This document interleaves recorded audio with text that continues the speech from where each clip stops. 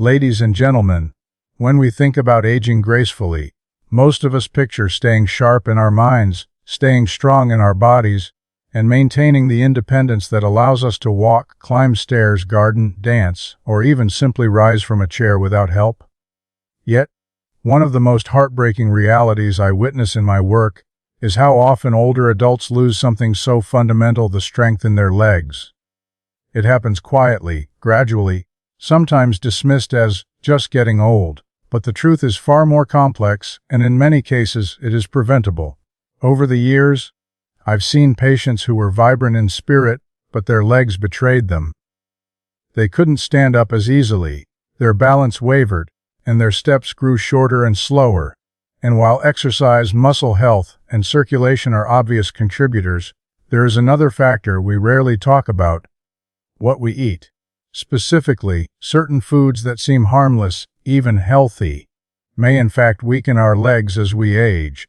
That's what I want to share with you today: the surprising and sometimes shocking truth about 7 fruits that, if you are over 60, may silently be undermining your leg strength.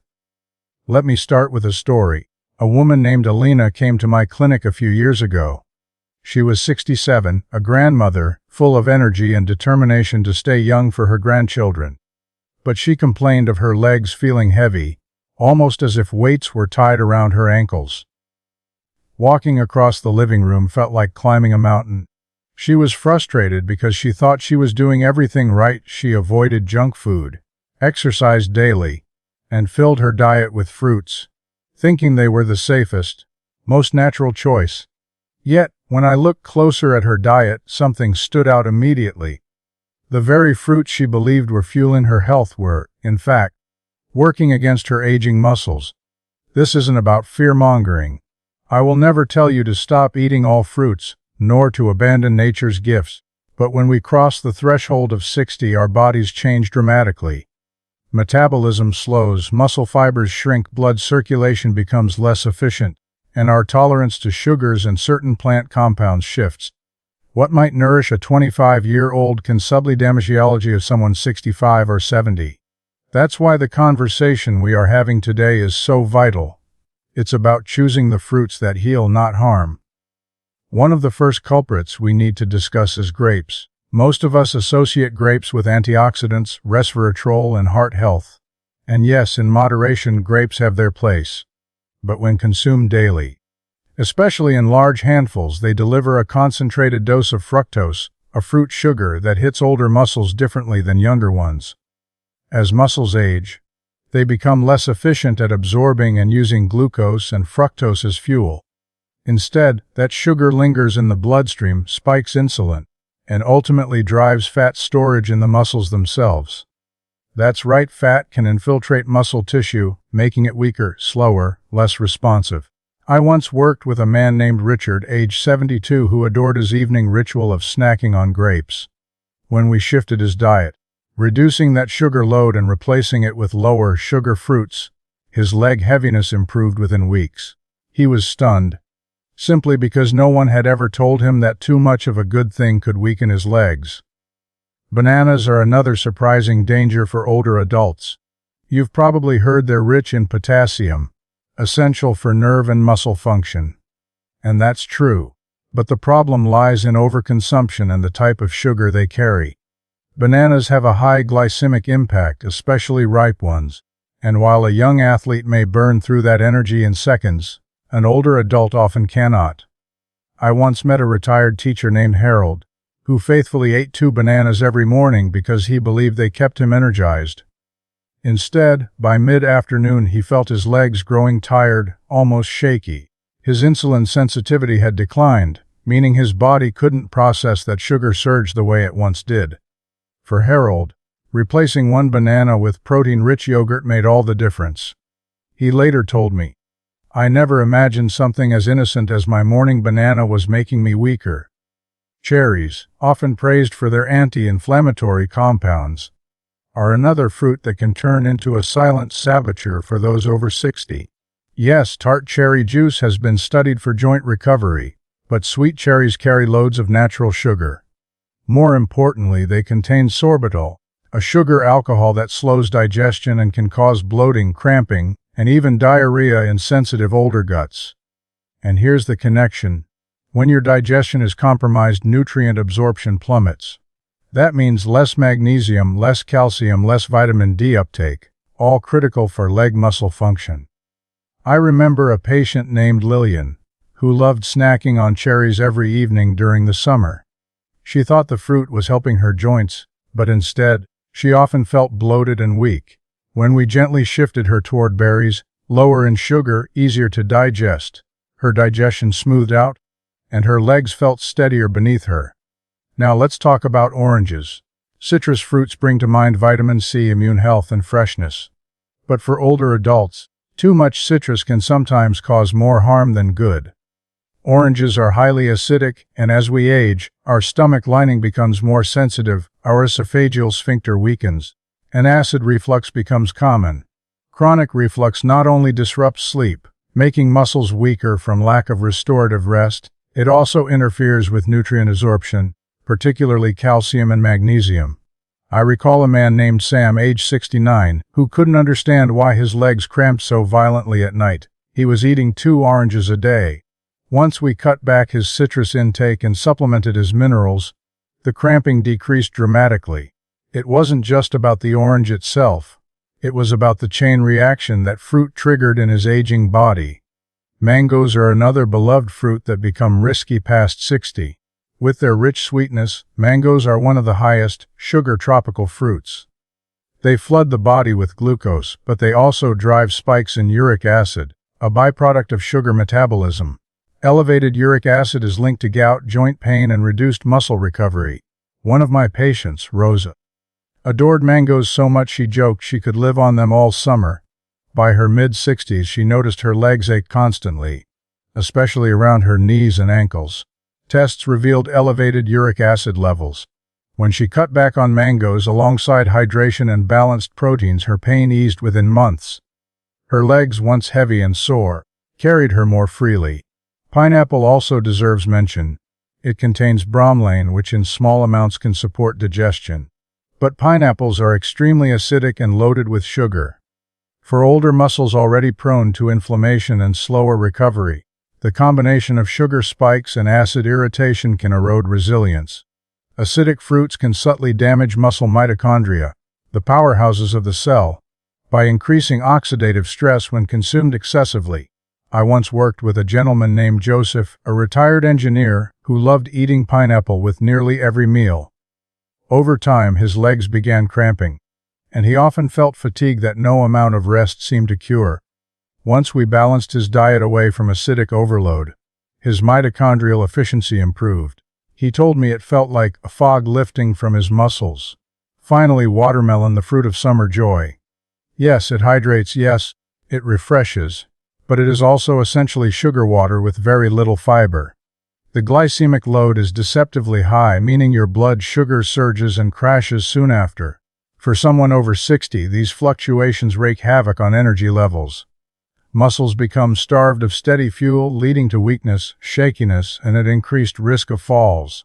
One woman, Annette, shared how she adored eating watermelon daily during hot summers, but she always felt her legs shaky by mid-morning. When she transitioned to water-rich vegetables like cucumber and zucchini instead, she found her legs held their strength longer throughout the day. What ties all of this together is the recognition that fruits, though gifts of nature, are not universally beneficial in the same way at every stage of life. After 60, our muscles, our metabolism, our very mitochondria demand a different kind of respect. Too much sugar, too much acid, too much fermentation in the gut. All can add weight to your legs, not in pounds, but in weakness. And yet, here's the beauty: the solution is not deprivation. It is not living in fear of the foods you love. It is about balance, intention, and awareness. For every grape you let go of, there is a handful of blueberries waiting to strengthen your muscles.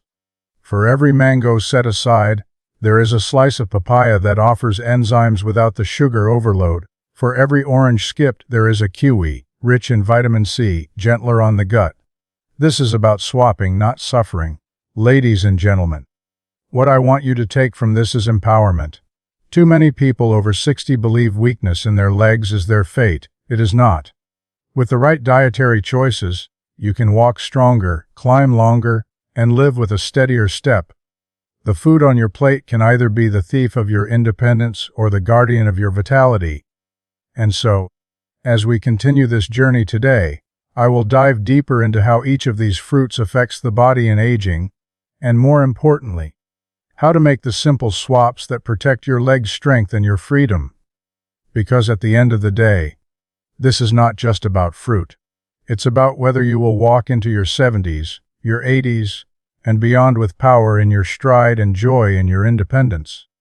Think for a moment about the first time you saw someone you love struggle to rise from a chair. Maybe it was your father or a grandmother, or perhaps you felt it yourself. The legs don't respond with the same speed, the same power. It feels almost as if your muscles are slipping away. This isn't just a physical frustration. It can cut deep into a person's sense of dignity.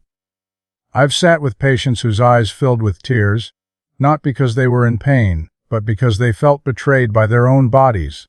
They would say, "I used to be so strong. I used to carry my children. I used to run upstairs without thinking, and now I hold the railing for dear life." What most of them never realized was that their diet, even the fruit they thought was nourishing them, was slowly eroding that power. And when we adjusted it, when we made small but intentional changes, their strength began to return. Not fully, not as if they were 25 again, but enough to stand taller, to walk longer, to feel more confident with every step. That is the miracle hidden inside awareness. Let me take you inside the science a little further. Muscles are made of fibers that contract and relax under the command of nerves. With age, two key things happen: the nerves fire less efficiently, and the muscle fibers themselves shrink, a process we call sarcopenia. But here's the part that matters to this conversation: high sugar fruits accelerate that shrinkage. Why? Because excess sugar leads to glycation, a process in which sugar molecules attach themselves to proteins, stiffening and damaging them.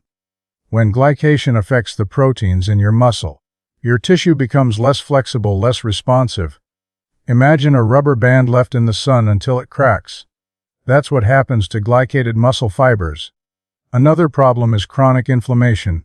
Fruits like pineapple, mango, and even watermelon can drive spikes in blood sugar that trigger inflammation. Inflammation doesn't just cause pain. It disrupts the mitochondria inside your muscle cells, making it harder for them to produce energy. Without steady mitochondrial power, your legs feel heavy, tired, as though every step is through mud. Let me share the story of Margaret. She was 74 when I met her, an artist who loved painting outdoors. But she confessed she had begun dreading the walk from her house to her garden studio. Her legs, she said, felt like cement. She thought it was arthritis, but her joints were fine. The problem was her diet. Every morning she drank a tall glass of orange juice and followed it with half a mango. To her, it was healthy. To her muscles, it was toxic. Once she shifted to lower sugar fruits, like berries, kiwi, and even small portions of apple paired with protein, her energy returned. Within 3 months, she could walk to her studio with ease. And she told me she felt like she had gotten her life back. It's also important to talk about circulation. Muscles rely on a steady blood supply for oxygen and nutrients. Yet, sugar overload damages the endothelium, the lining of blood vessels, making them less elastic, less able to deliver nutrients to the muscles of your legs. Grapes and cherries consumed excessively can silently impair vascular function. Over time, the muscles starve, even if you're eating plenty.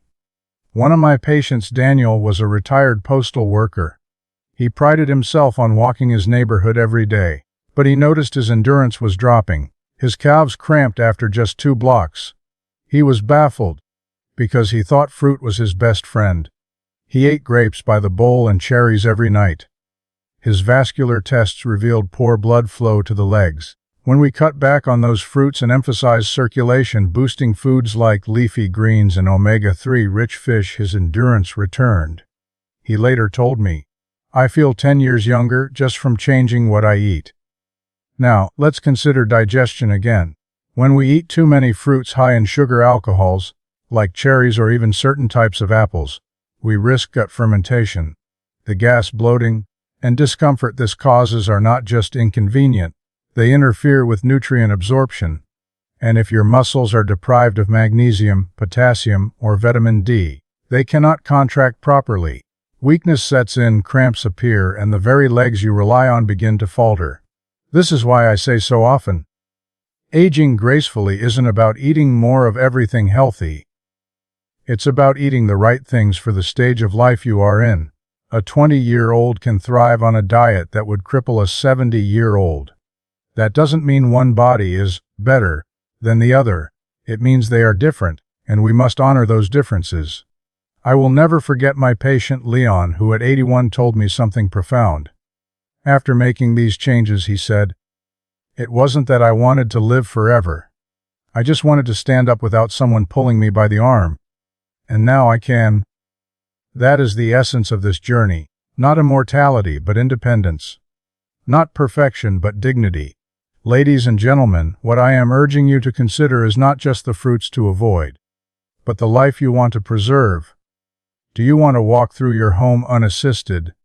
To dance at your granddaughter's wedding?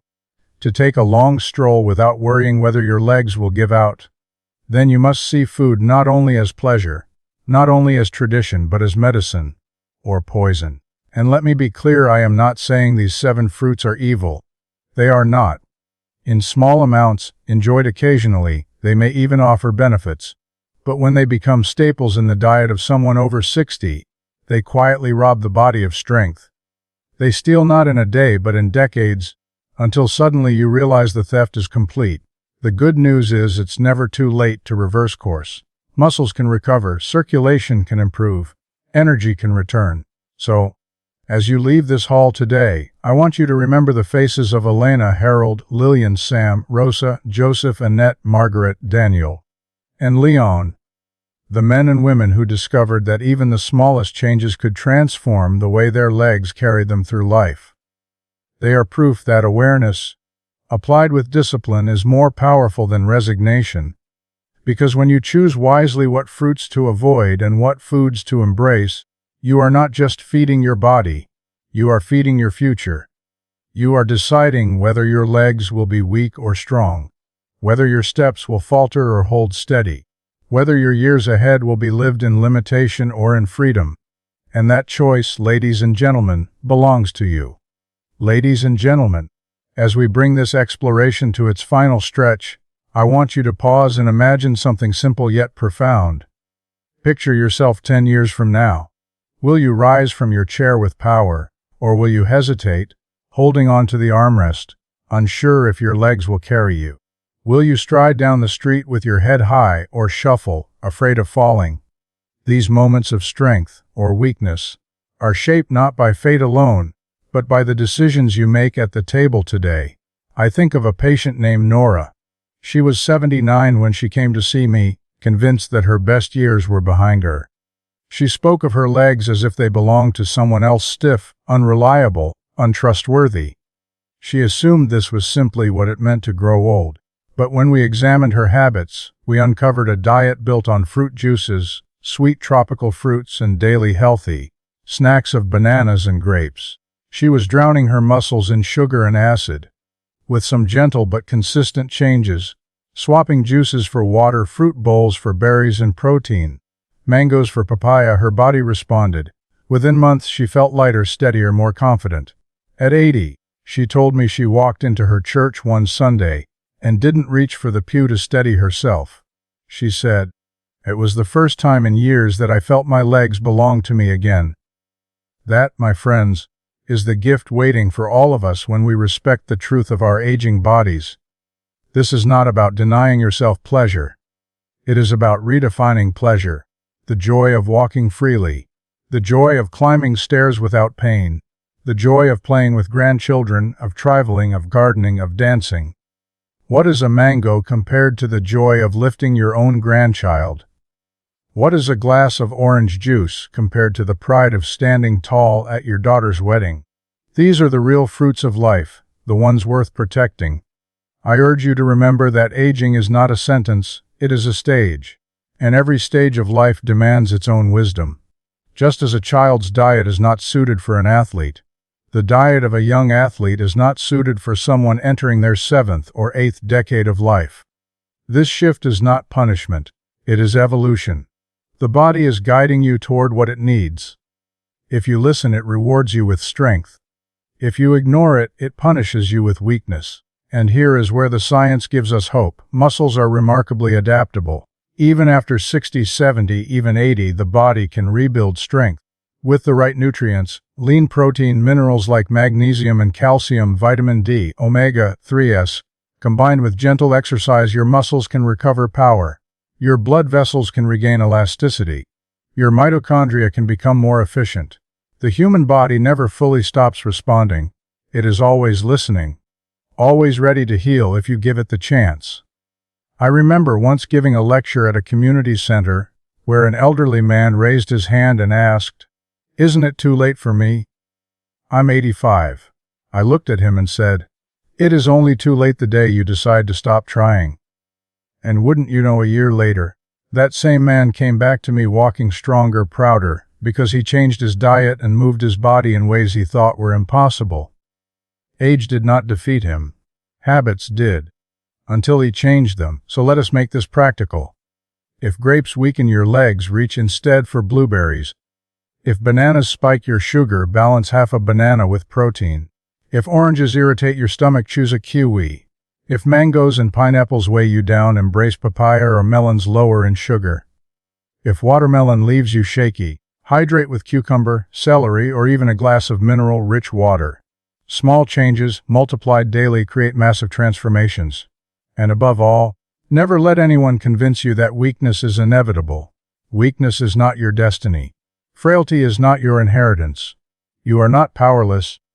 Every bite you take is a decision about the life you want tomorrow. Every choice is a vote for strength or for decline. And no matter your age, you can still choose strength.